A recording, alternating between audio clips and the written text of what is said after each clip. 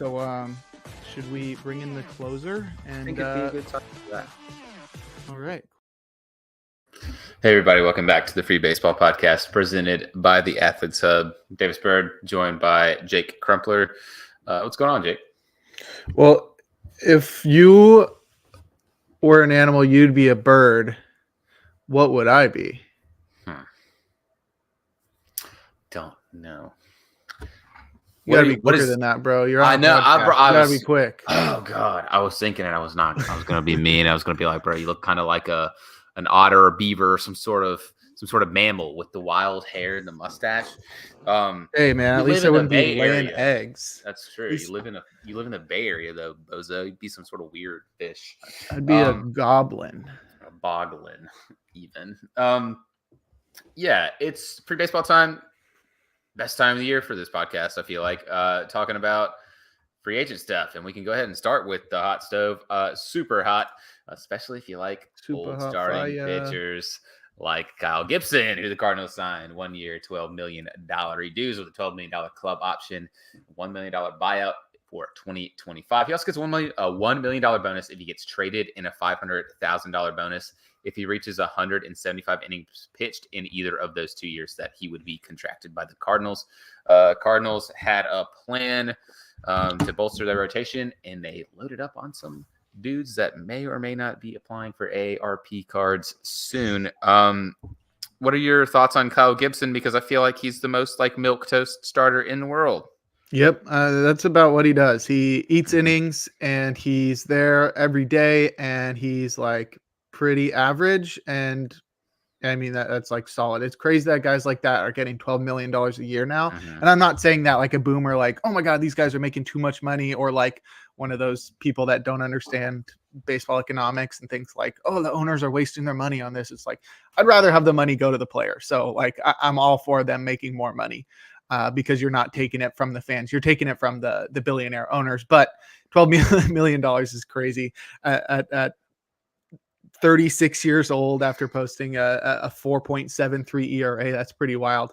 But yeah, he will eat innings and he will be around. And for a team like the Cardinals that had like one guy toss more than 130 innings last year, that's like exactly what they need. And with Lance Lynn and now Kyle Gibson and another guy we'll talk about later, they are filling out their rotation with guys that are trustworthy in that they're available. Yeah. Most hits allowed, top 5 leaderboard, Jake for 2023. Miles Mikolas, however you want to pronounce his name, your fellow mustachioed brother. 226. He's at the top of that leaderboard.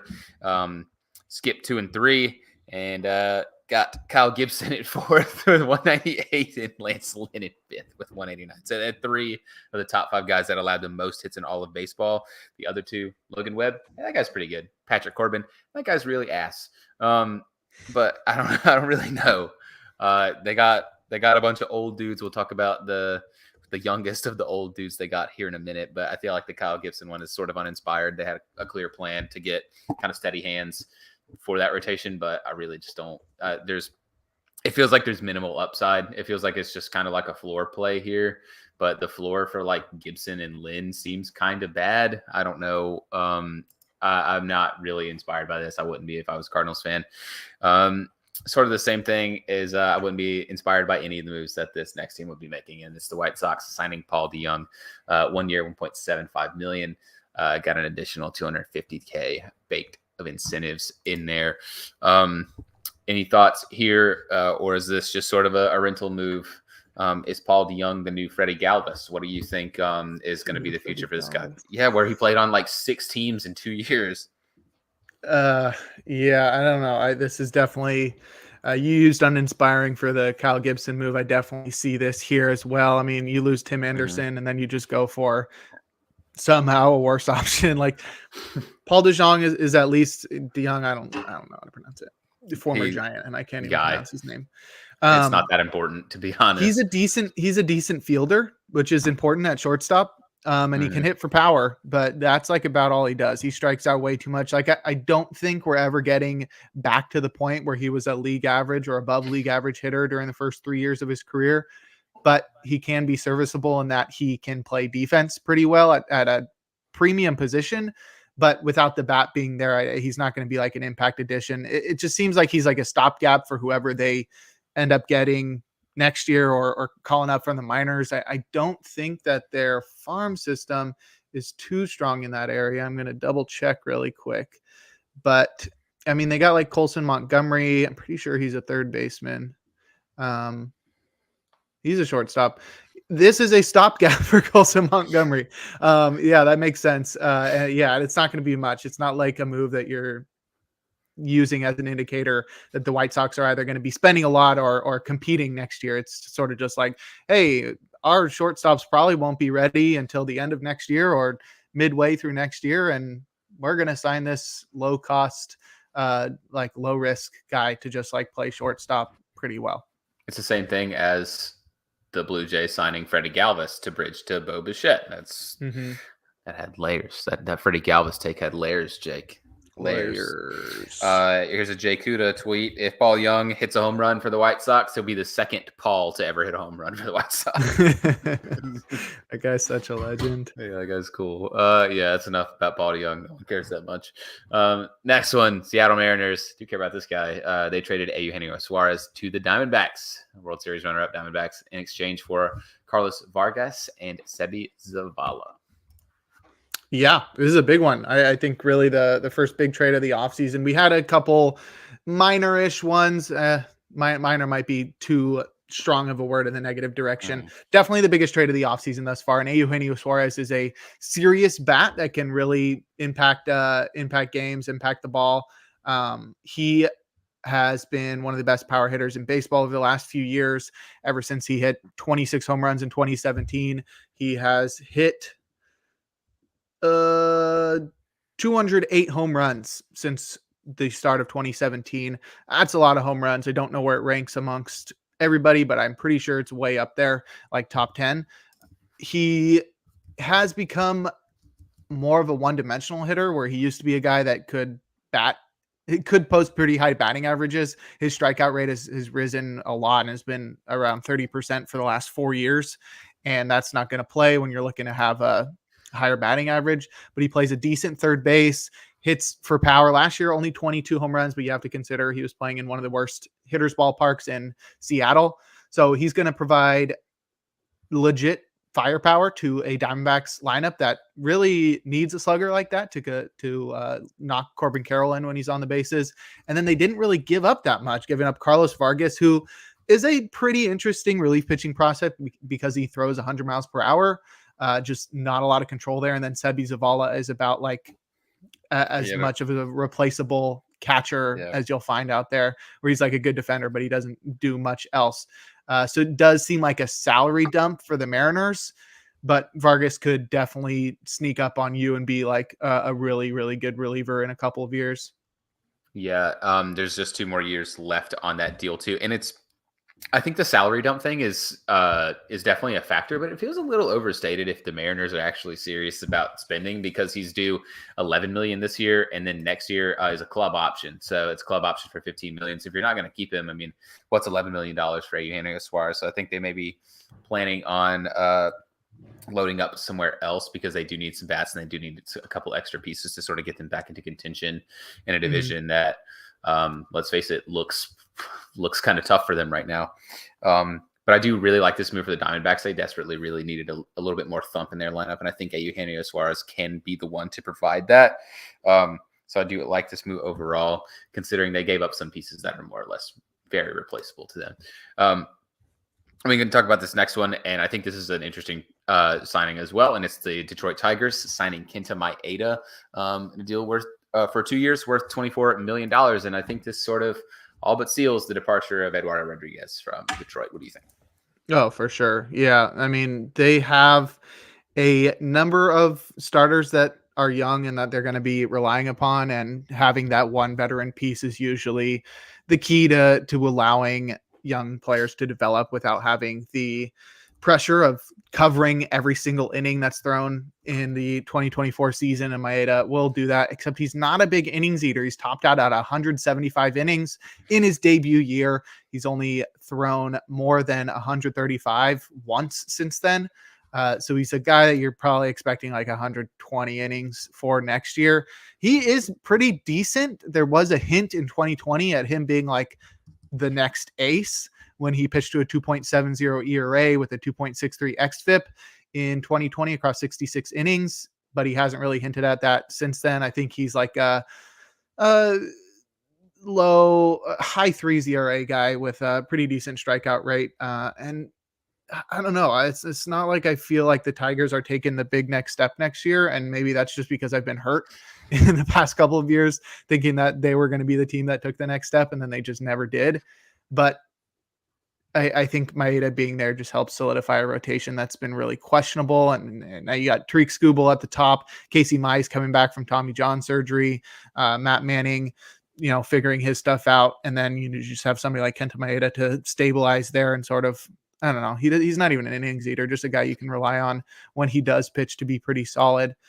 So I don't know, sort of interesting, but I don't feel like it's a move that makes me feel that the Tigers are learning from mistakes or whatever, or doing something different to have their team break out next year. I just feel like they're sort of trusting the process, which has not worked the past couple of years. Yeah, I think the move is just like you said. It's a depth play to sort of stabilize a rotation that really is more or less kind of anchored by guys that are younger on a team that's just in that sort of phase of their rebuild. Like they just need a steady hand that can kind of get them through. I know there's a lot of talk about him. He's 35, potentially going back to NPB. He started with the Hiroshima Toyo Carp. I know that they were sort of in the mix is what like I'd seen like on Twitter, like floating around where he may be going back, but I was just going to be 2 years now. The contract is front loaded too. So 14 million of the 24 is going to be due this year, and next year is 10. So I feel like as long as he's not terrible, it's not that bad. A lot of people call it like an overpay. I really don't think so. I mean, like he's decent enough, and the way that it's just kind of going 12 million AAV, like so average, it's pretty fair. Yeah, I think if he can just stay healthy and throw innings, he'll be fine, because the last 2 years he's sort of not really done that so much. But yeah, another guy that is going along with my theory of staying in the same division if given the choice, Kenta Maeda. Just going to keep harping on that over and over again. But this next one is not going with that, and it's the Cardinals signing Sonny Gray, another old dude to add to their collection. This time, 3 years, $75 million. It's a $30 million club option in there with a $5 million buyout for 2027. How do you feel about this Sonny Gray move? Is it sort of, it's obviously not the same as Kyle Gibson, but still, how are you feeling? What do you think the chances are they pick up that option? That option is like percentage.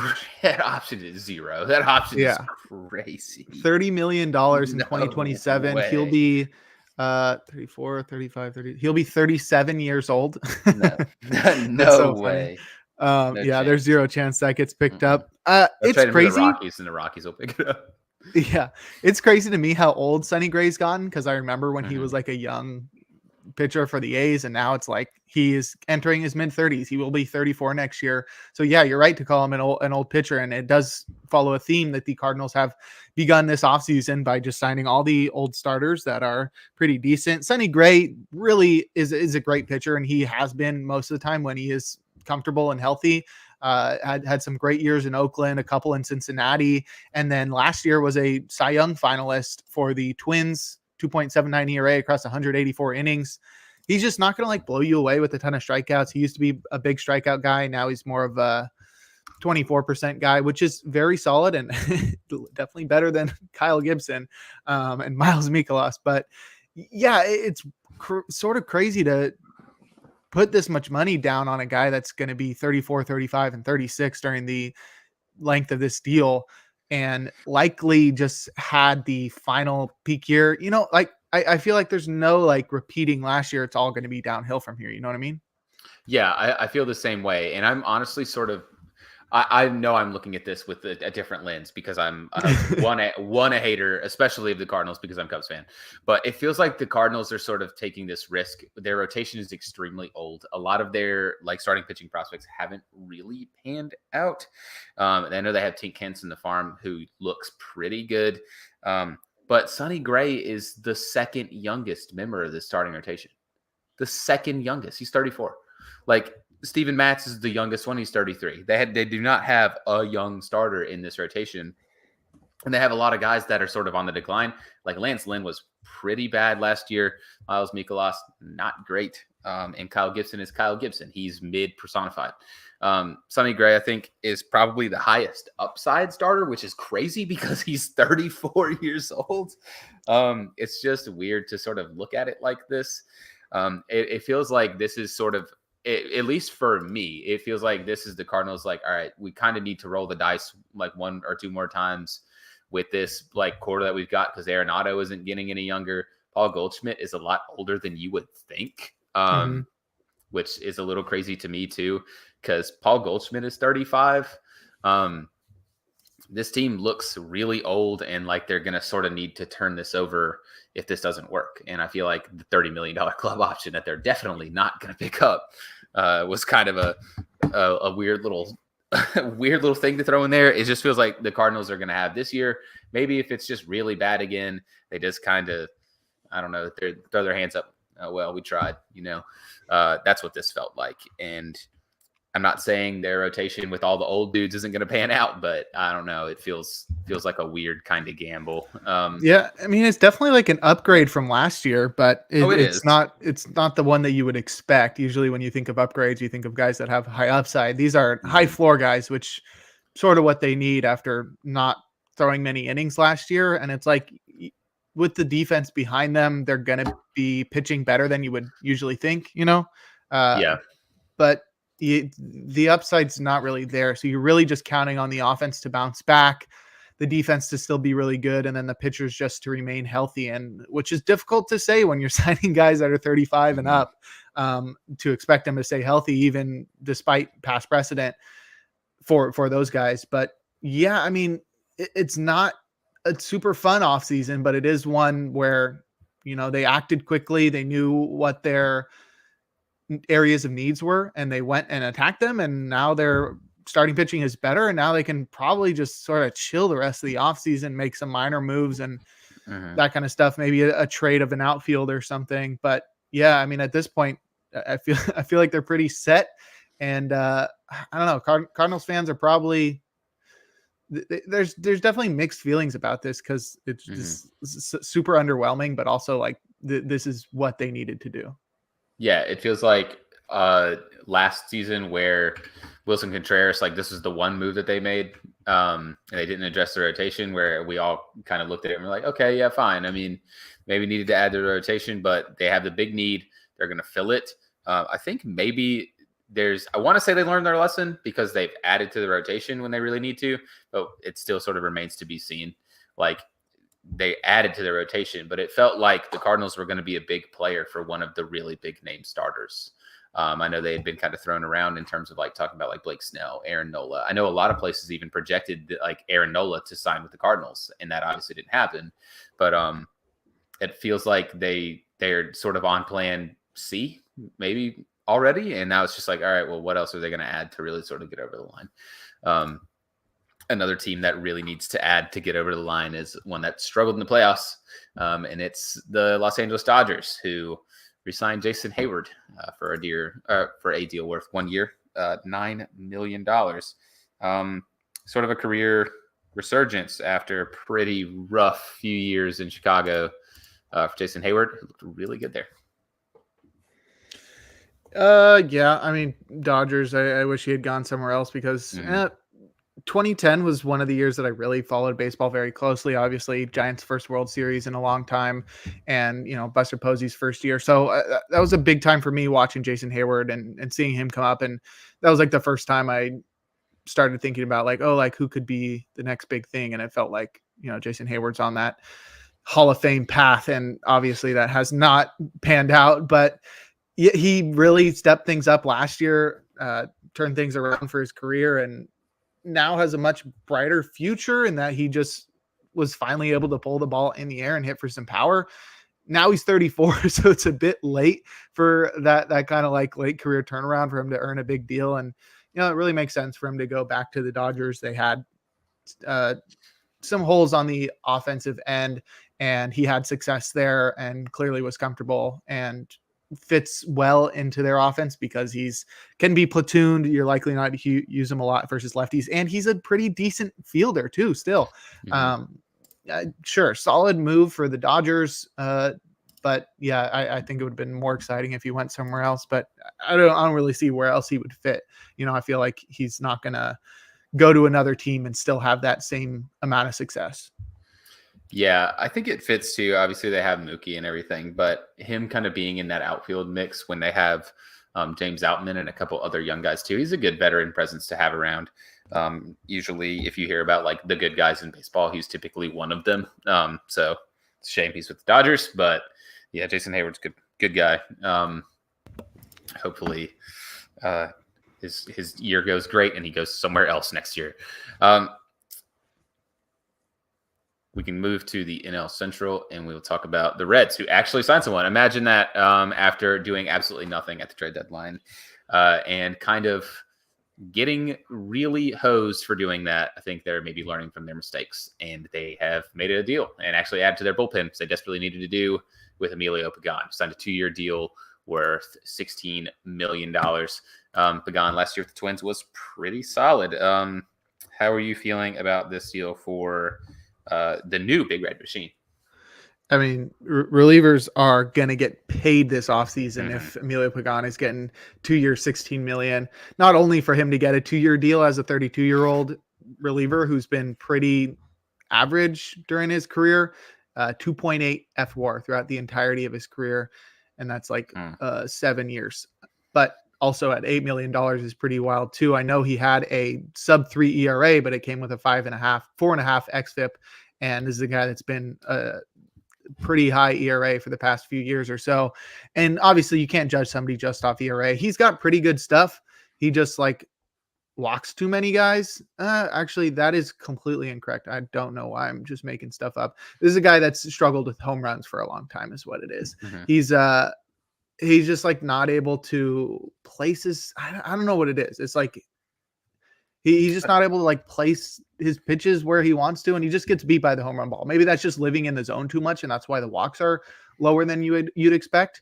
But this past year, his home run rate after being 14.5% entering this year fell down to 5%, and that is literally the direct result. Like his ERA being under 3 is a direct result of those home runs going down. 5% is unsustainable. That's a lot lower than the league average, which I think is around 10%. But like, even if you put him back around league average, like last year's a 3.5, 4 ERA season. And he's like a decent reliever to pitch the 6th or 7th inning. It is what the Reds need though. Their team is bereft of bullpen talent in my eyes. They got like Alexis Diaz, and then that's about it. They were using a bunch of random dudes last year, and it's not like they have a bunch of young guys that you're excited about. It's basically just like Lucas Sims and TJ Antone, and neither of those guys have the ability to stay healthy. So if you just have Emilio Pagan there, that's solid. But yeah, I still do not have a lot of faith in their bullpen, but that was an area of need. Big thing here too. This showing the Reds' willingness to spend to win. He is now the highest paid player on the Reds, which is extremely funny because he makes $8 million a year. Who do you think is the second highest paid player on the Reds, Jake? Ken Griffey Jr. Hunter Green. It's not Ken Griffey Jr. anymore. It's Hunter Green. Finally, an active player has beat Ken Griffey Jr. for highest paid player on the Reds. Yeah, Emilio Pagan. He's been good. He's been good. I really like the home run point, and I think that is sort of overstated just how bad of a fit this could potentially be. Yeah, because he's going to Great American Ballpark. He's going to Great American Small Park. He's going to give up 1 million home runs. Yeah, because random fly ball, even in like Wrigley, where like the wind is crazy, you just have random things just go out for no reason. It's kind of a rough division for him to be in. And another rough situation for a player to be in is the Royals signing Garrett Hampson, who just is a baseball player. It's 1 year, 1 year, $2 million deal. Garrett Hampson is a guy that plays baseball. It's fast, but the Royals are really not a good baseball team, and I don't see that changing anytime Yeah. soon. And he's clearly not being paid to be an everyday Right. guy, and Dude's nor just do I out there. expect him to be. But he is such a Royals player. Yes, he is. Oh my Just God. I mean, I don't Nicky know him Lopez, personally, but just like Nicky milk Lopez, toast. random guy, Alcides Escobar, random Yes, dude that plays for the Royals. Is what he milk is. toast, fast guy that can Mhm. play multiple positions and like has no like just athletic. You know, he does Mhm. not have does not have good plate discipline. He did walk 9% the past 2 years, but still striking out a lot. And yeah, he's got athleticism. And he should fit in well there, I guess, in a bench role. But it's definitely not the move you expect for a Royals team that should be taking the next step pretty soon. Yeah, definitely one of the most Royals players, probably of all time. And then in another move, sort of in the same vein, one of the most Mets moves of all times. Mets signing Luis Severino coming off the back of probably his worst season as a pro. 1 year, $13 million deal, $2 million worth of incentives thrown in there. Sevy moves from the Bronx to Queens. You think this is a Mets gonna Met? I don't know, but track record wise, yeah, I'm probably going to go ahead and say that. Like, it feels really, really bad. He's just been not good the last few seasons. He's been hurt. He came back this season. He was completely ineffective for a large chunk of it. He moves to the Mets, but the Mets really need just guys that are in the rotation. And if maybe he's good, sure. This sort of feels like last chance saloon, though. If he can't figure it out, it's like what really is next for Luis Severino? Like, because The Rays, the Dodgers. it's going to take someone like that to fix him, and I'm really not going to bank on the Mets' track record of fixing anything. Yeah, I don't know. I think last year he must have just been dealing with something. And you're right, he's been dealing with injuries a lot. He had back-to-back 190 inning pitch years in 2017 and 2018. Since then, hasn't topped 102. And most of the years he's well below 100 or just not pitching at all. Like 2019 through 2021, he combined for 18 innings. That's an average of 6 innings across a 3-year span. Obviously, one of them was 2020. The guy was injured. Regardless, last year was the first year that he's actually been bad. And while his 4.83 xFIP was like 2 runs below his ERA, obviously it's an outlier for the rest of his. I don't think he's like lost the skills. I think something was up last year. And if it's like a Mets gonna Mets situation, it doesn't, like, this is a 1-year deal. The Mets, we already know the Mets aren't really trying to compete this next year. This is a clear shot at signing a guy who gets to stay at home in New York, not have to move and everything, help him like figure things out mentally or whatever was wrong, and then deal him. You just trade him and you don't have to worry about it anymore. And then you get a bunch of prospects, which you can then trade when you go to compete in 2025. Yeah, I agree. It's a weird trade. It also feels kind of weird just in general because it's one of the most Sevy feels like a Yankees player. He just feels like a Yankees player because he has been one for so long. Jolly Olive, I know, you know how that is, but anyone else watching, big Mets guy, he was like, this is like if Noah Syndergaard signed for the Yankees. And it's sort of similar. It just feels weird. I do agree. I mean, they really definitely needed some help in the rotation, but I feel like the Mets are potentially, they say they're not going to compete. I don't really ever trust the Mets, especially with Dave. They're going to try not to win, and then they'll finally win. They'll find a way. I feel like they're potentially going to be a bigger player for Ohtani, Yamamoto, one of those guys, and I feel like Severino could potentially be like a 4 or 5 guy in your rotation that if he's decent, you could flip if you're bad, or he could just be a guy that's there. But I don't know. The next one we're going to talk about also is a Mets move, but these two moves together, it feels like if you're a Mets fan that you're just losing your mind because you're just signing guys that are just right now look really not good. And that other guy is Joey Wendell, who just recently signed. It's a 1-year deal worth $2-ish million. We don't know all the details, but I don't know. The Mets feel like with Cohen, it's like, all right, well, we need to be competing every year because he's going to spend $1 billion on our team. And then they're signing Luis Severino to a 1-year deal and Joey Wendell, who's just a guy. I don't know. It feels like they had Luis Guillorme. They get Joey Wendell, who's better, but still it's like better.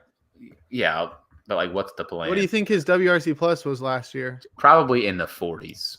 That is correct. 47. What was Guillaume's? I got you. I'm looking it up. No, I'm faster. Probably. Guillaume was 70. Yeah, you're so stupid. Oh my God, Who's the better Davis. fielder? I gotta get somebody on this Dude. podcast that knows ball. Guillaume had negative 0.3 WAR. What's Joey Wendell's? Negative 0.8. You're so stupid. God, why Joey Wendell should be bagging groceries? That guy sucks. No, I mean he's Joey Wendell. If you don't know who Joey Wendell is, you probably don't need to. And if you know who Joey Wendell is, there's not much explanation. Like he's gonna play baseball and Joey be Wendell there, is and then he's for being a baseball player, and he hits with no batting gloves. And then he's gonna get he's gonna get DFA'd DFA'd in May when they don't need him anymore, and they need to call up a pitcher, and then he's gonna be on like the Braves or something. I don't know. But it's not really a deal that we need to spend any time on. No, the moves, honestly, the large chunk of these moves, it's the buzzword of the day, feel uninspired. The Garrett Hampson one, who cares? Joey Wendell, Severino, mid. Like, it's just the hot stove is lukewarm right now, where we need some more stuff to happen so we can talk about it. We can talk about, however, the final awards that we have not been able to talk about. Because they just came out. Because they literally just came out, and it's the comeback player of the year. We can start with that. These feel pretty cut and dry. Pretty much everyone thought both of these guys were going to win them. AL comeback player of the year, Liam Hendriks. Yeah, of course. He came back from cancer. He definitely deserved that. NL comeback player of the year, Cody Bellinger, who had a bit of a career resurgence with the Chicago Cubs. I saw a really funny tweet about this, and they're like, comeback player of the year award is like the most depressing because you have like either in one league you have a guy that comes back from like a life-threatening disease, and in the other league you have a guy like having like a career year after like falling off, and it's just like the comparisons between the two, the parallels are just like so off. Just like, one guy beat cancer and the other guy beat sucking at baseball. Right. I literally saw the same thing, and it was like Liam Hendriks beat cancer and threw with a torn UCL. Cody Bellinger was just ass for 2 years. Yeah. It is a nice award because you do get to have like those feel good of like hand out an award to Liam Hendriks after like a really tough battle, and like good for him, and like dope that Cody Bellinger figured things out. But it is a very weird award, and it's always like this. It's never just like Mike Moustakas and some other dude. It's like, some guy who almost died and some guy who almost lost his job. Carrasco. What was the year Carrasco won? Exactly. It's always something like this. Go figure. And then the other one is reliever of the year, which on the AL and the NL side, again, pretty cut and dry. AL, Felix Bautista, and the NL, the Airbender, Devin Williams.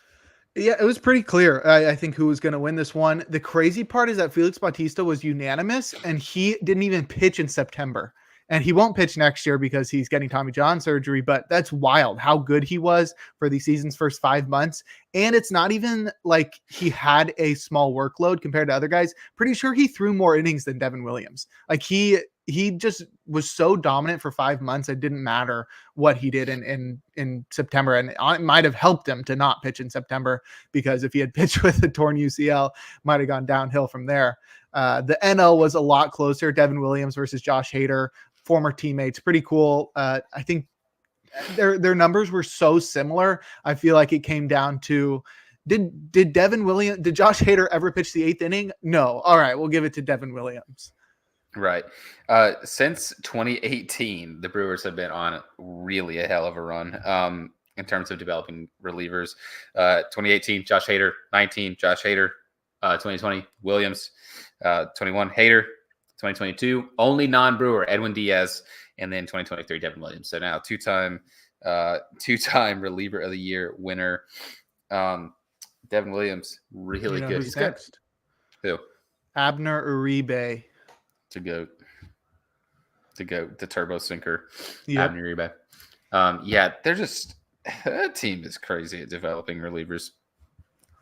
But that is it for our awards and for our hot stove recap. The crux of our show is going to be our free agent predictions. We've got the top 25 still left from MLB trade rumors that we're going to talk about, and we are going to predict both their contract duration that they're going to sign and the amount of money. And we're going to predict our landing spots for all of these top 25, starting with the big one, Wait. Shohei Ohtani. What are we doing? First, I shall explain the scoring system for the Oh listeners. yeah, we did the scoring system last year. Yeah, we did do the scoring system last year. I think we're going to stick with it. There are other shows that do like drafts. I really like Effectively Wild. That's like my favorite podcast. And they do a cool thing where they like draft the over under on different players based on like the Bleacher Report prediction. And that one's cool because then it's like how many, if you guess the right direction, then you get the number of dollars over. So it's like if they predict like 1 year, 20 million for a guy and he signs like a 4-year, $80 million deal, then you get like, and you guess you bet the over, then they would get 60 million. And then whoever has the highest total at the end wins. But we will not copy people. We will go with our own, and it's a point system. I think I'm going to alter it a little. Cause last year we did it pretty late in the season. I think we did 1, 2, 3, 4, 5, 6, 7, 8, 9, 10 guys. And this year we're doing 25. So the points are going to be different, but you get 10 points if you get it perfect. You get the right team, you get the right length, and you get the exact contract value. That seems like not enough, but the rest of the points are very low. If you get really close, like you get the right team, you get the right length, and it used to be $5 million within $5 million of the contract value. I'm going to put it to $10 million seems like a lot. Actually, I'm going to keep it at 5 million. That's 7 points. If you get, then there's like the third category where it's like individual. If you get the correct team, you get 2 points. If you get the correct contract value, you get 2 points. If you get the correct per year value, that's another 2 points. Or if you get the correct contract length, that's 2 points. And then if both of us are just stupid and wrong, then whoever's the closest in each of those categories in terms of like value per year and length, that person gets 1 point, who's ever's closer. And then you get 0 points if you don't get it. So last year we did it, like I said, on 10 guys: Correa, Freeman, Bryant, Story, Castellanos, Schwarber, Rodon, Seiya Suzuki, and Anthony Rizzo and Clayton Kershaw. Davis destroyed me. He had 33 points to my 15. Go off, Davis. I had two sevens. I had two like so close. Yeah. You did a really good job with your Clayton Kershaw prediction. He signed for 1 year, 17 million with the Dodgers. You guessed Dodgers 1 year, 18 million. That's fire. Anthony Rizzo went for 2 years, 32 million to the Yankees. You guessed Yankees 2 years, 35. That was really good. And then I think a couple of the other good ones, I had Kyle Schwarber going to the Phillies for 4 years and 65. He ended up getting 4 years and 79, but I did guess the right team. And you guessed Nick Castellanos to the Phillies, but I had Nick Castellanos at exactly 5 years, 100 million. Which is together what we got it exactly right. Oh, we're a team. Yeah, that one was sick.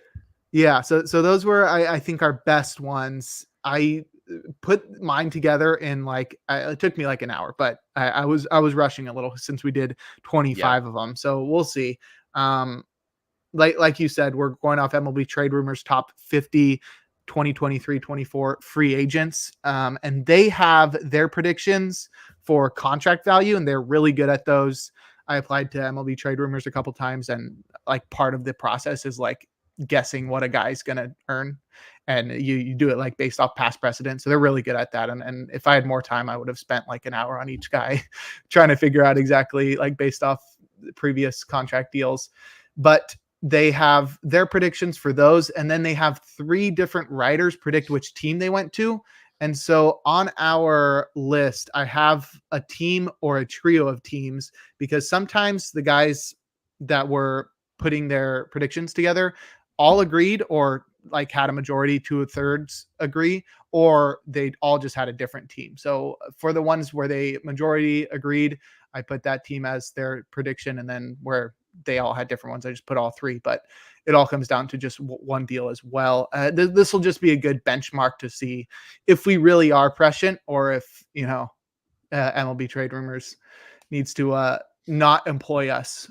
But yeah, I'll let you take it away with the first guy. So we can start with obviously the biggest fish left to catch probably in the history of baseball free agency, and that is Shohei Ohtani. Shohei Ohtani, I think they had the list narrowed down to those specific teams. I think I sent it in a not chat to you, which was pretty crazy. But yeah, what's your prediction here? Yeah, there's a report from Michael Marino, and it's that the teams are supposed to be down to Dodgers, Cubs, Jays, and Angels. No, one of mine is one of those. But what's your guess? What do you mean? You didn't Angels? Yeah. No way. I feel like it's just wrong. Yeah, sorry. There's no way. But I know who you put. I know who you put, and I think that should hint at who I put. I'll say the MLB Trade Rumors were unanimous in saying the Dodgers for 12 years and $528 million, which is 44 a year. I went with I got you. Giants. I said 12 years, $550 million, which is $45.8 million a year. I had the Cubs at also $550 million over 12. Wow. I do want to talk about the Dodgers one though, and I think a large it's like the right answer. I couldn't do it. It is, and there's some I couldn't either. There's some reasons though why I think Dodgers fits just so well, and it's honestly because it's the market that he's already familiar with the Angels. He's already over there. I think a large chunk of this too is that the Dodgers have such a huge Japanese market, specifically because of Hideo Nomo being basically a god. Like, he was, other than Ichiro, he's the best Japanese pitcher of all time. He's just the GOAT, and Ohtani would be able to basically try to surpass him there, which would be a different one. But I think I like the Cubs, obviously, because it's my team. But supposedly, he gets to be there with Seiya. It's a team that's also a big market still left in the race, according to Michael Marino, if you want to take his word at face value. It just feels good. It would be really cool to not have him be on the Dodgers and actually be on either the Cubs or the Giants. So yeah, I'm going to go with Ohtani for 12 years, 550. 12 years, 550. That's crazy. We both did the same. All right, you can move on to the next one. The next one is Cody Bellinger. And what is your prediction for Bellinger? Well, the MLB Trade Rumors staff, they figured, Giants missed out on Ohtani. They will go for Bellinger, and they gave him 12 years, $264 million, which is $22 million a year. I don't know if he fits with, I could see him fitting with the Giants, but it's not really the vibe for me. The vibe for me is the Yankees, which to me makes a lot of sense. Their outfield is really just like not good right now. I know Stanton's like DH too. I feel like he could fit in there really well. And then even if Rizzo leaves and their outfield does get crowded, he can move to first base and Rizzo's gone. I did 11 years, $270 million, which is 24.5 per year. I just feel like they're going to go 1 year less and then pay him a little bit more. But yeah, I think that just fits really well, especially with the short porch in right field. I went with Bellinger to the Giants because I'm a shill in a bum. And I went with that just because I do think they're going to miss out on him. And I do think that that's the best potential fit left. They had 12 years, 264. What was my prediction? I had 10 years, 230. I think that sort of fits. You can also sort of comp the deal to like what Nimmo got, which is kind of close-ish. I think I would go with Bellinger to the Giants, 10 years, 230. All right. Next one is a Japanese import, Yoshinobu Yamamoto, probably one of the most intriguing free agents, best pitcher left available. And a lot of people are projecting him to go to most likely the place that I think I'm going to comp him to. So what is your pick here? Well, I'll mention again, the MLB trade rumors prediction was Yankees at 9 years and $225 million, which is $25 million a year. I think that per year is pretty close, but I do think he's going to the rival Red Sox because I've heard that he prefers to play with a former member of the Japanese league, the NPB. And the Red Sox have Masataka Yoshida, so I think he would fit well there with Muscle Man Yoshida. And I had him at 10 years, 240. He is 25 years old, so like that's a pretty solid deal. Like 9 years, 10 years, either way, that puts me at $24 million a year. But I think the Red Sox make a big splash after getting rid of Chaim Bloom, and that seems like the perfect place to go. I have him going to not the Yankees, but the Mets. And yeah, there's reports from the Post going out that the Mets are all in on both Yamamoto and Imanaga.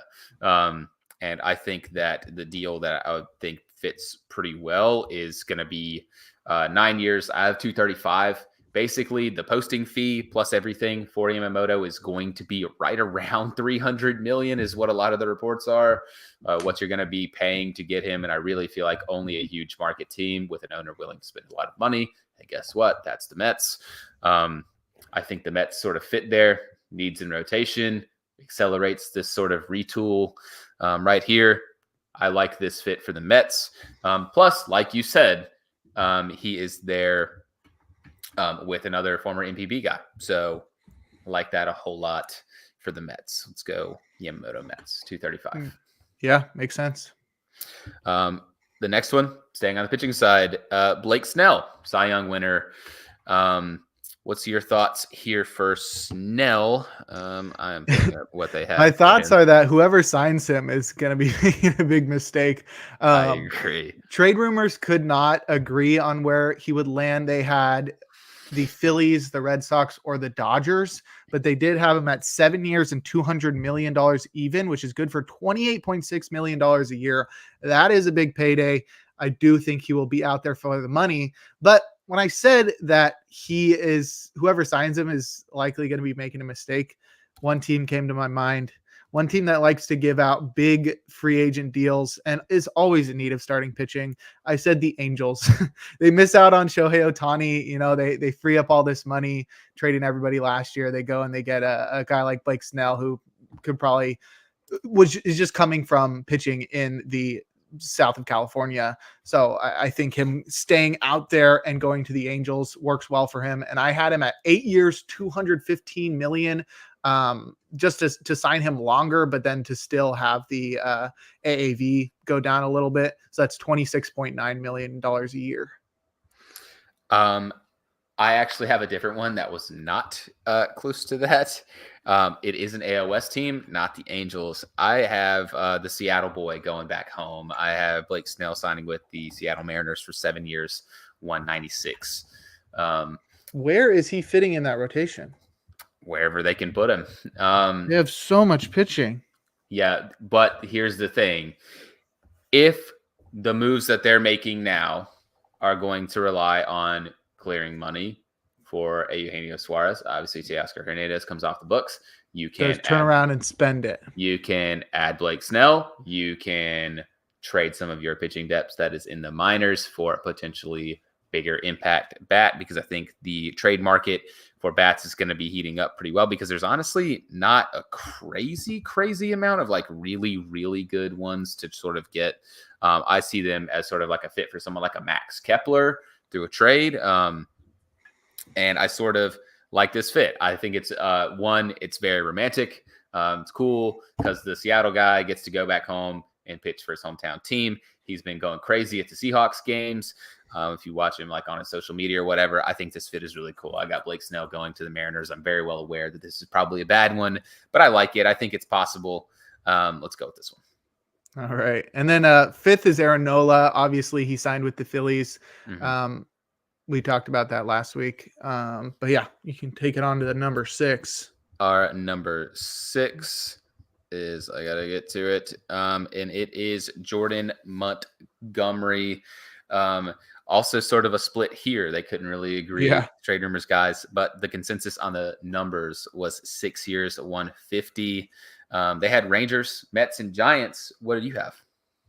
I agreed with them. I said that he would go to the Rangers, but I said 5 years, 120 million.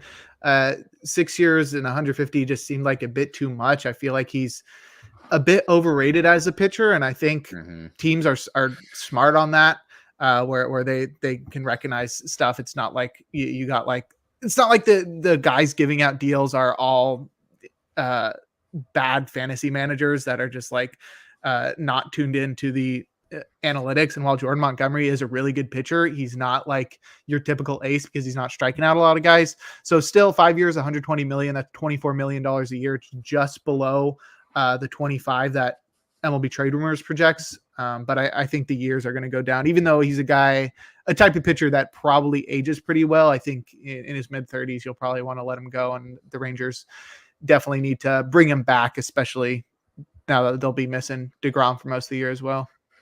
Yeah, we're pretty similar here. I have him going back to the Rangers. 6 years, 140. I just think he did so well there. I think the Rangers still have a need for pitching. But I like that fit. I went 1 more year, less money. So 6 years, 140 million for Jormont and the Rangers. All right. Back to hitters. We've been talking about a lot of pitchers. The next guy that we can talk about is Matt Chapman. Again, not really a consensus here from the trade rumors guys. They had Giants, Phillies, and Cubs. But money, again, 6 years, 150 million, just like Jordan Montgomery. What is your fit here? Where do you think Matt Chapman, former Oakland A, gonna go? This is a weird one. I really don't know where he's going to go. There are clearly some teams that have openings at third base, but not ones that I expect to spend big there. And if you're looking at the 3 teams that MLB Trade Rumors projects, like the Phillies, they don't really have room for that, with like Bryce Harper now forced into first base and a pretty crowded outfield, and still Alec Boehm there. I don't see that working out for them. And the Giants in my universe signed Shohei Ohtani, so they're not giving out 150 mil to Matt Chapman. The Cubs, though, make sense for me. They are pretty loaded in the outfield. They have, good middle infielders. First base isn't too strong for them, but third base is pretty wide open. Obviously, they have like Christopher Morel there, but that guy can play. He's actually, they're specifically talking about him playing first base. So I think Matt Chapman to the Cubs, 8 years, 150 million. Because I think the 150 million that they were projecting is too much over 6 years, because he is more of like a glove first guy. His bat has really fallen off a lot. And I think he's more of like an upside guy with the bat now and more of like glove first. So I have him at $18.8 million a year. It's probably a little low, but I wanted to shoot lower on a guy like this that I think is going to be well rated with the glove, but like you're going to get a discount because of the lack of pop. Yeah, I had him going to the Giants, funnily enough, for 8 years, 160, which is about 20.6 AAV. So still like a decent amount of money. Why is that not just 20? Because man, what 8 divided by like 6? 160 I had divided by 160. I had 165. My fault. Okay. I had 165. 165 over 8 years. I don't know. I think it makes some sense too. He was comped there as well by which one of them? By Tim. So shout out to my boy Tim. Shout out Tim. Shout out Tim for choosing to go back to the Bay Area. There you go. Maybe the Giants, I'll take that. Could fix him. Yeah, I'll take that as a consolation prize if we don't get him, because Matt Chapman's cool, but it would be really underwhelming. Mm-hmm. Like if we miss out on the top 6 guys and end up with Matt Chapman. Well, so in your universe, you have them getting Ohtani. In my universe, I have them getting Bellinger and Chapman, which I think is pretty solid. Yeah. So I'm pretty happy with that. And we can talk about the next guy on the list, which is Josh Hader. Pretty big one. And I think he's one of the more intriguing free agents to talk about. Yeah. What do you have for Mr. Hader? Well, the trade rumors team was pretty set on the Rangers. I think they were 2 for 3 on that one.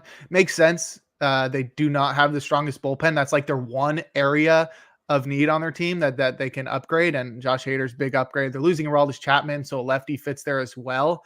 I see another team that could use an upgrade in the bullpen and has previous ties to Josh Hader in the Cubs, also getting Josh Hader because they have Craig Counsell as their manager. I think that works out well for them. They have a pretty decent bullpen, but adding Hader to that mix would make it pretty unstoppable. And he seems like a guy like Correa who what was it? It was somebody who was just like really set on just like breaking a certain record. I think it was like Harper, who was just like, I want to be like $1 over whatever the record is. And I think Hader's going to go for that, where he's going to take a pay cut on the per year basis just to set the maximum dollar record for a reliever in free agency. And Edwin Diaz just got 5 years, 102. And I'm doing Josh Hader 6 years, 105 million, 17.5 per year. Yeah, I had him. I got crazy with this one because I thought this fit was very funny to me. And this is a rich get richer in their bullpen sort of move. And I had him with the Baltimore Orioles, which is a very funny one. Also ties to him because they drafted him. So the Baltimore Orioles, I had him for 4 years, 85. So he has a higher AAV. Okay. Yeah. See, we were both on the same page on that. Less time there. I think that fit is really crazy because Bautista not going to pitch this year. Hader gets to close. And then you basically just have a Death Star at the back of this bullpen. So 7, 8, 9, whichever one of them really goes for it. Bautista, obviously really good. Hader, really good. Yennier, extremely good. Basically, if you get like this sort of fits the Orioles too because their rotation sucks. If you get this game to the 7th inning and you have a lead, theoretically you win every single baseball game at that point with this sort of bullpen strategy. I kind of like that fit. It was kind of crazy. Definitely an MLB The Show kind of move, but but I don't know. I thought it was fun. Let's go with I feel like they're going to go with like the Craig Kimbrell route, just like the 1 year guy. So that Felix Bautista doesn't have to worry about things when he gets back. And it's like, I just thought it would be, I thought it would be fun. No. Yeah. That would be crazy. How would you feel though, if the Cubs got Chapman and Hader and missed out on the rest of the top guys? Is they need a starter. So I would be, if they didn't get a starter also, that's kind of decent, which we may or may not talk about next. I would be kind of fine with that. They have outfield depth. I know there's still a lot of room for like them to make a trade. I think if they they signed Chapman, got Hader, and that's the only free agent stuff that they do, sure, I'm cool with that. The Ohtani pipe dream is probably a pipe dream, but man, I really, really want it to happen. Yeah. But like I said, they need a starting pitcher, and that's going to kind of foreshadow the next move. Sure. 9 was Sonny Gray. Not talking about that bum. And then number 10 is Shota Imanaga, another NPB import. And the consensus on the money for him from the Trade Rumors guys, 5 years, $85 million. Teams sort of split. Tim and Anthony went with the Cubs. Guess what I'm doing? I got Imanaga going to the Cubs for 5 years. $80 million. I'm $5 million short on them because he's a little bit older. Yeah, he's 30. Yeah, so he's 30 already. Not a huge stuff guy like Yamamoto, but still, I like this fit a lot. Seiya Suzuki's already there. They need a starter and they need a steady hand in there as well. Imanaga fits the bill perfectly. Really like the fit with the Cubs. Yeah. I sort of made this decision based off like my previous decisions. Since I had the Cubs signing 2 guys already, and there weren't really many teams that I felt would be going super hard after him. There was one team that I sort of snubbed somewhat on purpose through the first like 9 guys, and that was the Dodgers. So I think if they miss out on everybody, I think if they miss out on everybody, they're going to be like, all right, we got to get the top guy. And he does seem very similar to someone like Eduardo Rodriguez. And we already know Eduardo like sort of snubbed the Dodgers. I don't think they'll want to go for him. There is a huge drop off after those guys. And it like goes down to guys like, I don't know, Lucas Giolito and Jack Flaherty and just some mid guys. I think Imanaga is the last guy that you really still have some upside with. And the Dodgers can probably help him, make that easy, nice transition from Japan. I have him to the Dodgers at 4 years, 75 million, which is $18.8 million a year. A bit higher than both you and Trade Rumors, but I feel like that's going to be the Dodgers being like, we don't want to miss out on this guy. We're going to make sure we go and get him because we missed out on all the other guys. That makes a lot of sense. You actually talked about one of the guys that is next already, and that's Eduardo Rodriguez, who happens to be our 11th free agent. The prediction here from the Trade Rumors guys, 4 years, 82 million. Sort of split decision. Red Sox, Reds, White Sox for the 3. And I chose one of their choices, but I went a little bit lower on the money side. I have him to the Cincinnati Reds, who desperately need to add to their rotation for 4 years, 80 million. Theirs was 4 years, 82. I like that seemed like a weird number to me. I don't know why. I just felt like 4 years, 80 million. I agree. I completely agree. 4 years, 80 million for me as well. You said the Reds. Yeah, I have him on. I could not think of a team that I felt that he fit with. So I went the route of, okay, let me picture a team that I could imagine him wearing their hat, and it landed on the Kansas City Royals. I could see that. Yeah, it sort of like stays in division, which is the point that you like to make a lot of the time. Stays in the division, goes to a team that just cannot, for whatever it's worth, produce their own starting pitchers from internally. Throw Asa Lacy out the window. Exactly. Yeah. Go out and buy a guy that you can trust that still has some like ace upside and compare there with Cole Reagans. And I think he could be pretty solid. It's also a guy that I think is a bit overrated in like the Jordan Montgomery mold, where it's like this guy is seen as a like second tier ace when I think he's more of like a number 2 or number 3 starter on a good team. But I do think he fits well with an organization that really has struggled to produce starting pitchers. And so I think Royals is a good fit there. I like that fit a lot. This next one is sort of an interesting one as well, and it's going to be Teoscar Hernandez, who has had sort of a weird little spell the last couple of years. They had him for 4 years, 80 million. Both 2 of the guys said Angels, one said White Sox. What is your prediction for Teoscar Hernandez? I feel like Teoscar Hernandez had like 1 year where it was like, oh my gosh, he's really good. And it was like the 4.3 WAR season. And then everything else is just like, oh, he's like super replaceable 25 home run guy that bats like 260. Just like the most just like solid hitter, and that's about all he does. He's not a good fielder. He's like a 115 WRC plus guy, I feel like, and that's just like so mid to me that I don't think it's going to be a team that's trying to compete that goes to get him. I think it's going to be a team that just needs some offense to sort of just help out there, and he probably gets traded like 2 years into his deal or is there when the team comes up. So I've got him going to the Nationals, who just have a terrible offense. Their outfield is barren. In a couple of years, he could be their DH or just a platoon guy because he does really well versus lefties. I have him at 4 years, 65 million. I thought 4 years, 80 million was crazy for a guy that, like I said, is very mid. I still think 16.3 is a lot, but 4 years, 65 is 16.3. I like the round numbers there. But yeah, I see him going to the Nationals. I don't feel too confident about that one, but it does seem like a good fit for a guy that maybe stays on the wire a lot longer than we expect. And maybe they don't go for the multi-year deal. Maybe they go for like a 2-year deal with an option or something and trade him. Yeah, I kind of sort of went with the same mold as you, and I have him to a team that's a cheapskate team, but I'm going to the Pittsburgh Pirates because they need a little bit more offense. Their outfield depth is not super great. Now they have Jack Sawinski. I know they have Brian Reynolds, but I think Teoscar Hernandez provides a little bit of thump to that offense that sort of lacks that at points. I have him for 4 years, 60 million, sort of similar to you. I thought, oh yeah, I don't think he's that good. I thought 4 years, 80 million is outrageous for Teoscar Hernandez. Yeah. That's just, he very well may hit that. I don't know. 60 feels low, but it also feels right. I genuinely just think this is probably what he should be getting. probably not what he will be getting. And I'll probably just kind of end up taking the L on there. I just think Pittsburgh kind of fits there.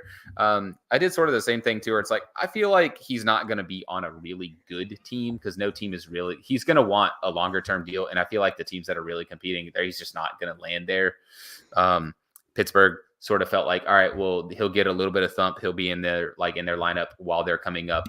Eventually someone will supplant him and he'll DH, or they'll just kind of cut him loose. So 4 years kind of felt like the right amount of time. I think Pittsburgh feels like the right fit for me. Moving on to our next hitter to talk about, and it's going to be Jeimer Candelario. Obviously traded to the Cubs, and one of these guys has them mocked there, but money is 4 years, $70 million is a consensus. 3 different teams, Blue Jays, Royals, Cubs. What do you have for Candelario? I have Blue Jays. They have a pretty clear hole at third base with Matt Chapman leaving, and like they're already going to be trusting Davis Schneider at second base. So I think their infield needs an upgrade from a guy that you can rely on. And I think Candelario is that kind of guy. 4 years, $70 million seemed pretty solid. I thought they would go the extra year and go 5 years and drop the AAV down a little. So I did 5 years, $85 million, which is $17 million a year.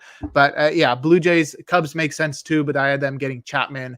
The Blue Jays made a lot of sense for me. Made a lot of sense to me too, because this is exactly what I went with. I went Jeimer Candelario to the Jays, and I actually just went straight with what they had. I went with 4 years, $70 million. That kind of felt exactly right for what Candelario should be getting, and it felt like what the Blue Jays would probably feel comfortable paying. But yeah, I think that fit is pretty solid. I liked the Blue Jays fit for Candelario. Nice to agree with you. Next one is going to be Lourdes Gurriel Jr., who I think is a pretty intriguing one as well. They have him. Yeah, because I don't think he's another one like Teoscar Hernandez. So I think he's like Teoscar Hernandez, where he's just overrated. So that's not intriguing. Good. Yeah, I think it's intriguing in terms of the discussion, because like this is one where it's be like, yeah, this guy, the money is weird and the fit is going to be weird. And it lets me talk about a team that is a little bit different. They had 4 years, $54 million. And then the teams that they had were Royals, Yankees, and Mariners. What did you have for Lourdes? I didn't think any of those really fit. Like Mariners sort of makes sense. Royals, sort of. I think I went down that line with who the heck did I say? Royals. Did I say anybody of the Royals? Am I just making stuff up? Yeah, you did. You had Erod to the Royals. Yeah, that's right. Maybe offense isn't the place that they would go. So I just went, who needs outfield and who is going to be cheap, because I feel like Lourdes Gurriel is going to go for a deal. And so I said Guardians. They're going to be cheap. They need outfield always. And I said 3 years, $42 million. Just to reminder, Gurriel was 4 years, $54 million for trade rumors. I said 1 year less, and actually I said a little more per year, which is interesting. I don't think I would do that now, but I think maybe they think they're getting a deal at 3 years, $42 million. I actually had him going back to the Diamondbacks. I still feel so like much outfield. I know, but he can also DH, and he's played infield in the past. So I mean, like they could sort of shuffle him around and fit. He also feels like a pretty prime vibes guy. He's a vibes guy that I feel like the Diamondbacks, who are not like, are the Diamondbacks, despite making the World Series, going to be a huge free agent destination? I really don't think so.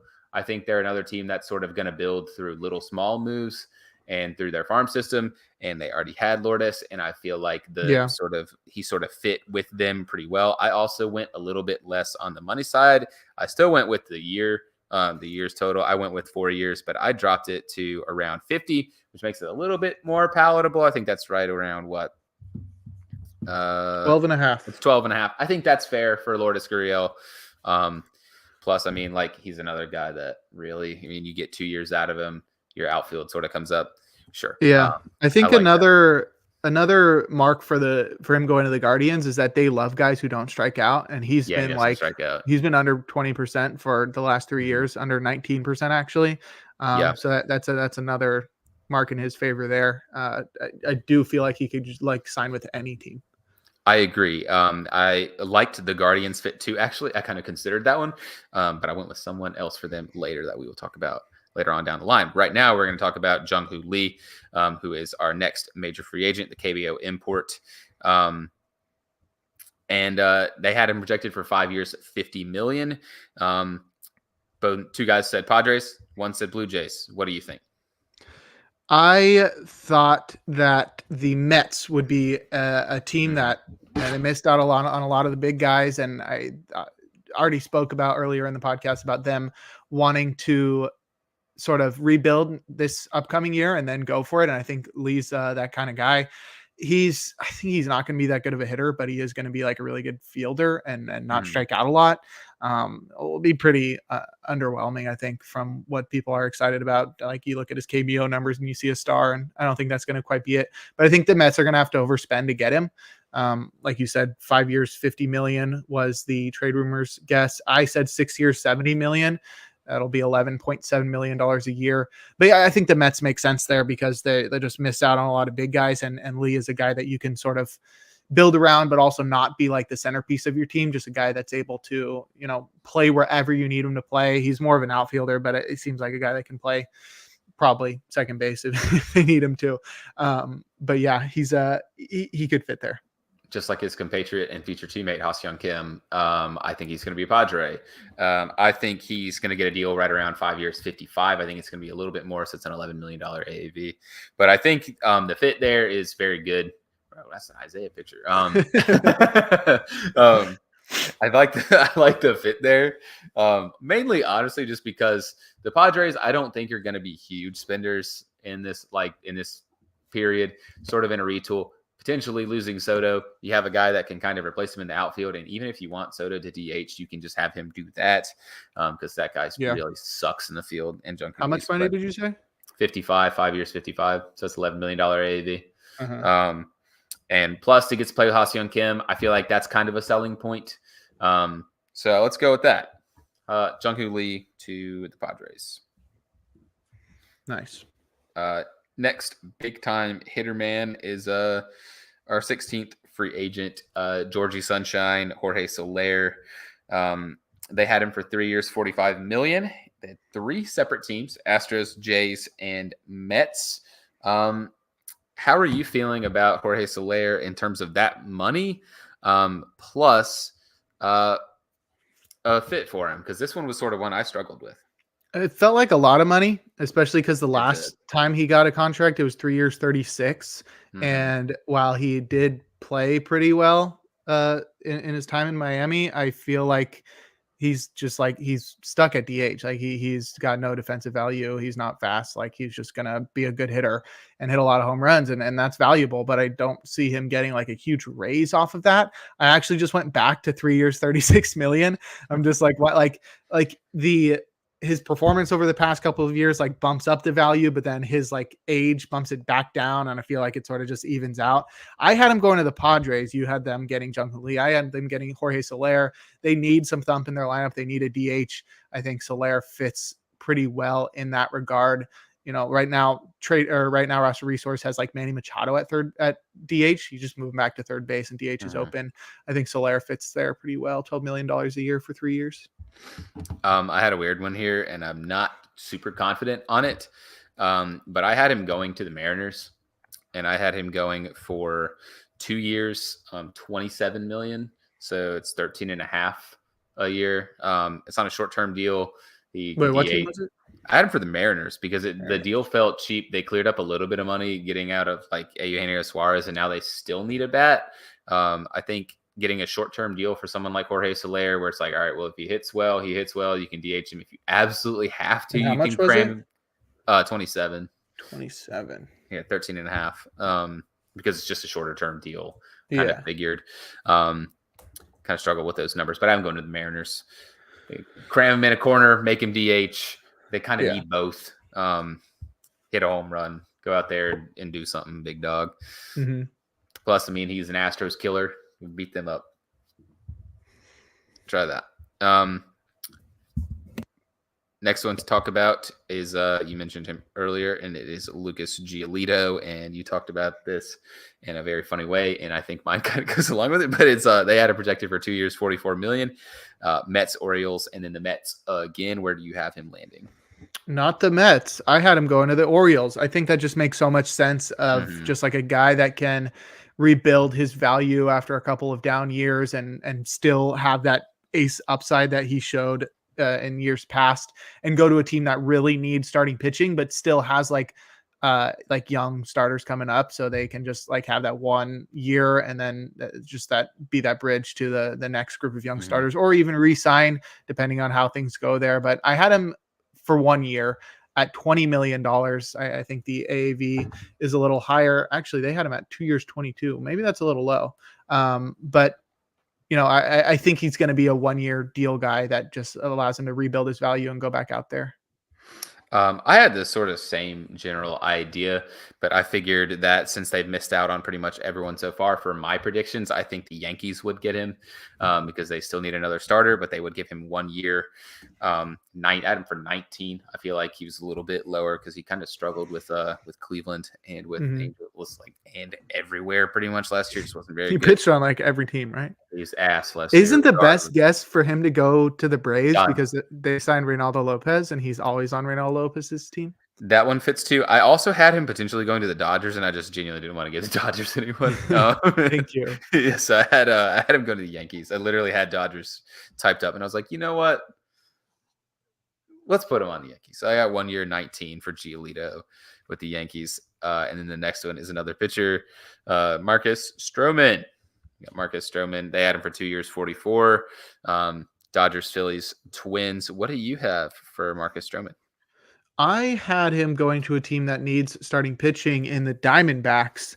I didn't have them making any moves, but I do have them doing one splash while they, coming off the World Series. They're going to need to reinvest in the team to show that they are not just going to sit back and watch the team into the night. Yeah. So I have them getting Stroman, and I have them committing to him for 4 years, likely an opt-out like halfway. 4 years, $70 million, which is $17.5 million per year. A lot lower AAV, but I think you put that, it's probably like front-loaded contract. I don't know. I don't need to speculate on that, but I think Diamondbacks. I had a weird one here. I had him going to Baltimore. You had Giolito going to Baltimore. Stroman had sort of an injury-riddled second half, didn't really pitch much at all, sort of struggled after a really hot start. I had him going on a 1 year deal with a player option for the second year, worth $46 million. So 23 AAV. I think that sort of fits there. They have a pretty solid middle infield, a lot of young guys. So this is a 1 year 23? Yeah, 1 year 23. Okay. 1 year 23. I had it 1 + 1, so 2 if you want to do 246 or 123. I think we'll decide on the fly, honestly. We'll do if it does come out, it's like that makes a big difference. We'll go for it. But I think our contracts are so different that I think one of us is going to get the points. And then the next player to talk about is another pitcher, Seth Lugo. What do you have Seth Lugo going? A trade rumor said Diamondbacks, Cardinals, Reds, 3 years, $42 million, $14 million a year. That seems pretty right. I talked to you while I was going through this one, and I said, is Seth Lugo bad enough to sign with the Rockies? And I decided yes. I just feel like the Rockies are going to want to spend their money just because they can. Yeah, just because they can. And Seth Lugo is going to be like, hey, I'll take the more money because I don't know anything about Seth Lugo, but based off him wanting to become a starter again this late in his career after being such a successful reliever for so long, sort of suggests that this is a guy that, wants to have more opportunity to make more money because you can make more as a starter. And so I have the Rockies overspending like crazy, while MLB trade rumors had 3 years, 42. I put him at 3 years, $50 million, which is $16.7 million a year. And I feel like he's going to sign that, and he's going to be on the Rockies. Yeah, I had him with the Diamondbacks, but for 3 years, $45 million. I had Stroman going to the Diamondbacks, and I thought about it, and I honestly just couldn't picture him as a Diamondback, and it genuinely was just kind of. I don't know why I could. I just couldn't. I was like, it doesn't. I don't know. It just didn't fit for me.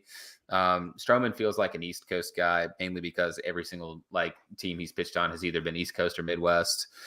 Just kind of felt like that. It kind of felt like he'd want to stay on the East Coast if possible. Plus, for Stroman, North Carolina kind of guy. Like he went to UNC, also from New York. Baltimore kind of felt like an in-between. Neat. I don't know. I just kind of went with that. Lugo, hey, he stays in the same division. We both kind of went with that.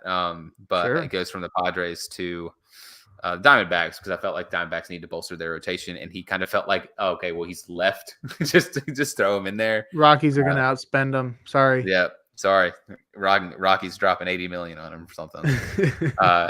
Next one is an interesting one. It's our 20th free agent, JD Martinez, career resurgence last year. Figured out how to hit home run again after kind of not being able to do that in the last year with the Red Sox. They had him for 2 years, $40 million. 3 separate teams: Mets, Mariners, Angels. Where do you have JD landing? You had the Mariners spending a lot on other guys, and I think they're going to go more for the cheap route. You know, they're saving money, and this is a guy that's gets you a lot of bang for your buck, and it's got multiple meanings there. He did have a career resurgence with the Dodgers, and I think he goes to Seattle. They need some right-handed bats, and I think he provides that. I had 2 years, $25 million. I felt like 2 years, $40 million is crazy. It's like the same thing as Jorge Soler, where he's just like, this guy made $7 million last year. Why would he go all the way up to 20? And he's like 100 years old. I think he's like 34, but anyway, I think he's like very similar to Jorge Soler, and I had Soler at 3 years, 36. And so I gave him a slightly higher AAV, but over 2 years because he's a lot older, but I think Mariners is a good fit for him. What did you have for him? What was the 2 years, 25. I have him for 2 years, 28 to the Cleveland Guardians. You had them getting, which one was the one earlier? You had them getting Lourdes. I have them getting JD Martinez because I feel like this is one where they really just need to actually add someone that can hit to try to get something out of what's left of their window with Jose Ramirez. Because it already is sort of looking like they're going to trade Shane Bieber. And even though he wasn't super efficient last year or whatever, they kind of always toe the line where they're either going to try to compete or they're going to not spend money. This is a cheap deal. Like you said, you had him going to the Mariners for similar reasons. Cleveland, obviously cheapskate team, 2 years, 28. It's $14 million a year. I feel like they could swing that pretty easily. Plus he gives them a little bit of thump in their lineup that sorely needs it. Yeah, makes sense. And then moving on, we can talk about Jordan Hicks, not the football player. They had him for 4 years, $40 million. They had Orioles, Yankees, and Tigers. What do you have for Mr. Hicks? I think the Yankees makes a lot of sense. This is a team that loves big guys that hit the ball hard and big relievers that throw the ball fast. And Jordan Hicks is a guy that throws the ball faster than literally anybody. He's got the fastest fastball in all of baseball, constantly averaging over 100 miles per hour with his sinker. And I have them giving him 5 years, $60 million. This guy's like going to be 28 this year. So like a 5-year deal fits pretty well. And I feel like they sold the relievers deals here, especially after seeing Emilio Pagan get 2 years, 16. Like that's $8 million a year. And they're like, Jordan Hicks, $10 million a year. Jordan Hicks way better than Emilio Pagan, even like not even just stuff wise. He pitched really well last year. So I think he gets $12 million a year across 5 years, which is $60 million. And that seems about right for the Yankees. I had him going for 5 years, $55 million, so pretty close on the numbers there. But I had him going to the Rangers because I had the Rangers missing out on like a hater. Yeah. So I think I like that fit there too because the Rangers still a pretty young core. He adds to that too, like you said, 28 years old, desperately need relievers, really bad bullpen. I like the fit for the Rangers there. Yeah, that makes sense.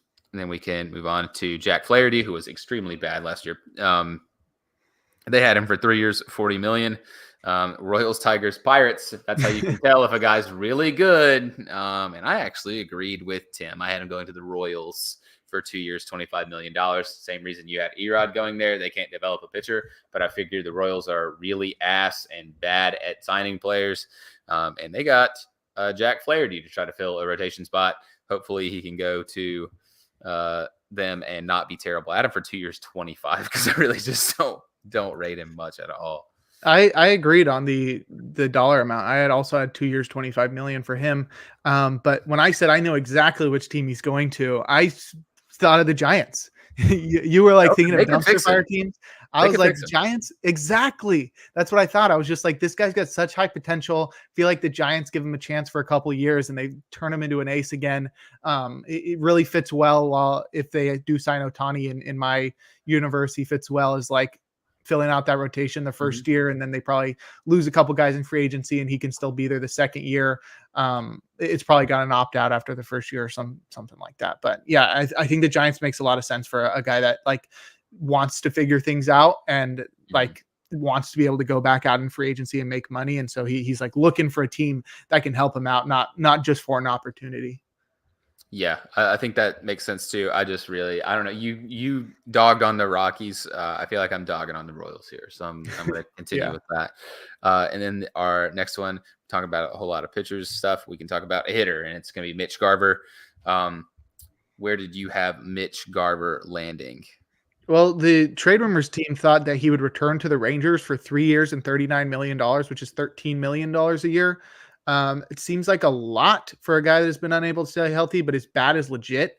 And I think this seems like a guy that the Rays would go for because he's like so underrated and he's like super good at pulling the ball and hitting the ball really hard.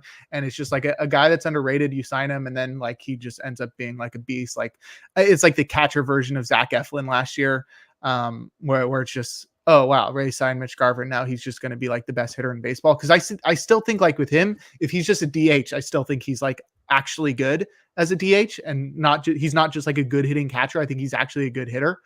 So I had him going to the Rays for a pretty decent discount, 3 years, $33 million, with $2 million a year less than what trade rumors had. And that's more so because there's not too many teams that need catchers. The Rays do not have a good catching contingent. And I think Mitch Garver like fits really well there. And that seems like a good place to spend your money. I had him going to the Boston Red Sox. I kind of like that fit, sort of dead at catcher right now. Could use some offense. He kind of ticks those boxes. Really, if you want to spare Tristan Casas too on an off days, you can just kind of throw him at first base also and get Bobby Dalbec to go play shortstop full time or whatever they really want that guy to do. Or just not play baseball because he's really bad. But I had him going for 3 years, 37.5. I know that's weird, but that kind of felt like a good number to me. That is a weird number. It is. And then the next one is Michael Wacha.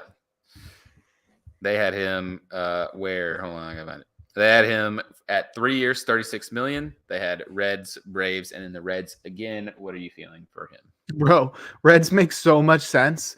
Like I know they just signed a reliever, but like they could use a veteran starter. A guy like Wacha works pretty well as like 2 years with a club option or something.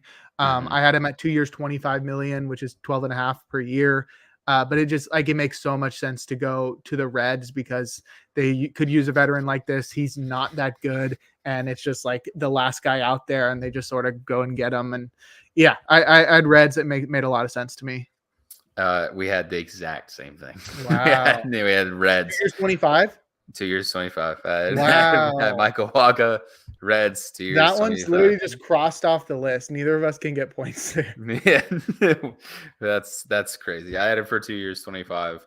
It does make too much sense. Even with my timeline where they get Erod, it still makes sense because they could really use 2 starters, and he's one that's sort of like, all right, well, he's left. He's not super expensive with the deal that I have in place for it. It's like, all right, just throw him in there. Because the Reds could be a playoff team if they just had a starting rotation and a decent bullpen, not even a good one. We have a couple more to talk about because a few of them missed. To our 25th free agent was Kenta Maeda. Obviously, can talk about him. We already did. He signed with the Tigers. 26 is going to be Rhys Hoskins coming off of the Big Ten injury. They had him at 2 years, $36 million. Teams comped were the Twins, Angels, and returning to Philly. Where do you have Rhys Hoskins landing? I mean, I do not see him returning to Philly. I don't think the Twins really need him either, but I think there is one perfect fit. It is the Milwaukee Brewers. They just got rid of Rowdy Tellez. They are a team always in need of offense, and I think they could get a pretty decent discount on Hoskins because people forgot how good he has been, and he just has always seemed like a Brewer to me, where he's just like, I don't know, some dude. that's like pretty good at baseball, and just seems like he would go on the Brewers and just be forgotten about and just be there. I had him at 4 years, $50 million, which is 12 and a half per year. I think they would go for the longer investment there just to get like a slight discount. And for me, that lined up really perfectly. Yeah, I had him going a different route. I had him going to the Washington Nationals. It sort of feels like they need some offense. Like you said earlier, that offense is just terrible. I don't know where he realistically fits if they're going to try him again at first base, because he graded out as one of the worst defenders in all of baseball at first base. He's a horrible defender. If they're going to have him DH, that sort of makes sense. If they want to try to cram him in a corner outfield spot, the Nationals really sort of need that. Like you said earlier, verbatim, they are bereft of talent there. They're really, really bad. I had him going for 1 year, 13 to the Nationals. 1 year, 13. Feel like they can maybe pull something like the Candelario deal with him, where he's sort of reclamation project, give him a chance. Like, okay, here's some everyday at bats, recover from your injury, stays in the same division. And then he gets a chance. If he's good, they can trade him. Maybe he can get another deal the next offseason. We have 2 more to talk about. There's some big ones. We can talk about Robert Stevenson, who they had for 4 years, $36 million. Teams were Cardinals, Mets, Orioles. What do you have for Bob Steve? Because I didn't give the Rangers a reliever previously, I think Robert Stevenson is going to be their guy, and he's like super good. I think they're pretty underrated, giving him 4 years, 36. I gave him $1 million more per year. I did 4 years, 40 million, but I think he could even make more than that. He was just so good last year once he joined the Rays. And I think the Rangers are a team that are in clear need of a closer, and missing out on both Josh Hader and Jordan Hicks leads them to Robert Stevenson, who I think is a better choice in basically every regard, because he's going to be cheaper and is better than Jordan Hicks. Yeah, I had him going to the Dodgers. 4 years, 42. No. They sort of need some help pitching all around. Their bullpen is pretty mid. 4 years, 42? Yeah, I had 4 years, 42. It's 10.5 AAV. So, I mean, I feel like that's fine. Yeah, I kept trying to throw people away from the Dodgers, but this one just felt right. It felt like a guy that has been really good, and that the Dodgers kind of cheating lab too could make him a little bit better. 4 years, 42. I do think I agree with you for the trade rumors ones. It feels like they really undersold the relievers. Yeah. Especially after Pagan got 8 million AAV, and that guy is really mid. So yeah, I don't know.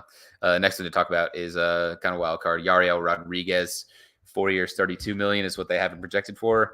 2 of them said White Sox, 1 said Padres. What do you think? White Sox sort of makes sense. Like they don't really have a closer right now, and this is a younger guy that you can sort of build around. But I don't know. I feel like they are going like a different route right now, like just trying to get like the bargain bin guys and try to like turn iron into gold, or whatever the saying is. But I don't think they're going to do that. I think Yariel Rodriguez is really interesting because he was like a starter during the WBC, but he was a closer / reliever in Japan. And so I think he's going to have like a hybrid deal where it's sort of like Seth Lugo and Nick Martinez, where it's like, if you start this many games, you get this much money. If you like don't start this many games, you get this much money. I think he gets 3 years, $27 million. And 3 years because he like wants to go back out there and hit free agency again. Because I think right now he's going to be 26. So if he plays 26, 27, 28, goes back out there to free agency in his age 29 season, either as a reliever or a starter, I think that makes a lot of sense for him, especially for like a Phillies team that is competitive right now. This is a guy that can fit, like I said, both molds. If they need a starter, like he's there. If they could always use relievers, he's there as well. You know, you're losing Kimbrel, bring another righty in there. They've got a deadly bullpen if they bring him in. But I think he ends up like being used as a starter off the bat, and then like doesn't work out, and then becomes like a pretty decent reliever. Yeah, I had him going to the Red Sox, 3 years, 36. One of the teams supposedly that he's had private workouts with, and there's been some pretty heavy interest, has been the Red Sox. I also agreed with you. The White Sox kind of felt like, okay, well, they get a lot of the Cuban guys. It kind of felt like that's what they gave him Therefore, that's the only real connection that I can make, and I just didn't really like that. The Red Sox could really use some starting pitching help, but they have some guys in the farm that could be good. So, like you said, if he's not good, like as a starter, they could just throw him in as a relief ace, kind of like a relief ace, swingman type, whatever you really want him to be. I kind of like the fit and the dollar amount. I feel like he's going to get a little bit more money because I've seen some reports that said he could fetch up to like 60 million, and I feel like that's not going to happen. It's like I think it depends on if he's going to be a starter. Yeah, it does. I think he's going to start. At least at first, and then he'll shit the bed, and then they'll have to put him in the bullpen. So I sort of like that fit there. Let's go with him to the Red Sox. Oh, all right. Well, that's it. I sent you the document so we can track this between each other all year. 25 is a lot of free agents for us to track, so this should be fun. We did like 10 once again. last year. Yeah, Davis is defending his crown, but I think it should be interesting this year because I don't know. I feel like it was really a shot in the dark, and we both sort of did it really fast. And I think used different mindsets, but also ones that were pretty similar. Like you could see a lot of parallels just on different guys. We were just like, this team needs this, and like this guy fits here. But like, I don't know, you know more about where the guys are born and stuff. I'm just like, I don't know. What can I imagine him wearing? No, I don't. I know. No, I didn't know Blake Snell was from Seattle. I only knew that because I was looking up stuff for Blake Snell, and I was like, I don't. Yeah, see, I wasn't looking up stuff. I was just I went on Twitter and I tried to. No, I'm saying that's a good thing. You have a step up. Well, I went on Twitter and I looked for like stuff that's like, okay, well, where's Blake Snell kind of getting rumored to have interest from? Because like he doesn't really fit with every single team. And then I saw like, okay, he's been freaking out. They showed like multiple clips of him like Seattle. I'm like, okay, cool.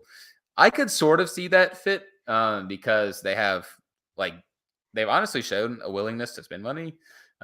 They got Logan Gilbert, who he's good. Robbie Ray, who could still potentially be good. We don't know. He threw like 7 pitches and then exploded.